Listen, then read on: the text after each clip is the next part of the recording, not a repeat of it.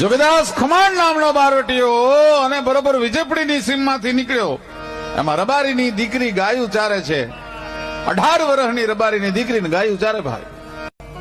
એ રબારીની દીકરી 17-18 વર્ષની દીકરી ગાયું ચારે ને એમાં જોગીદાસ ખમાણના ઘોડા નીકળ્યા. 3 ગાઉનો તરપેટો અને ધોમ ઉનાળાનો તાપ તપે.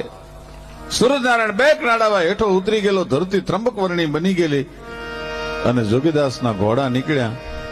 જોગીદાસ ખમાણને એમ થયું કે આ દીકરી એકલી વગડામાં ઉનાળામાં ગાયું ચારે છે ને બીક નહીં લાગતી હોય. લાવ જરીક દીકરીને જઈને પૂછી આવું તો ખરો. દીકરી ઓળખતી નથી કે આવે છે જોગીદાસ ખમાણ છે. દીકરીની બાજુમાંથી ઘોડી લે અને જોગીદાસ ખમાણે એટલું કીધું કે બેટા વગડામાં એકલી અટાણે ખરા બપોરે તું ગાયું ચારસ, બીક નથી લાગતી? અને તેથી સૌરાષ્ટ્રની દીકરી બહુ સરસ બોલી.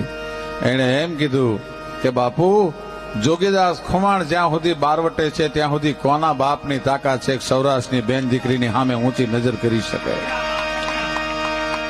જોગીદાસ ખમાણ સાહેબ ઘોડાથી પલાણ છાંડી નીચે ઉતરી ગયો અને સૂરજનારાયણને હામાં લાંબા હાથ કર્યા.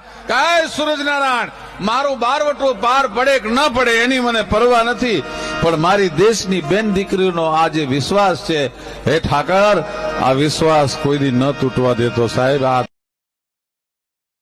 Download ShareChat.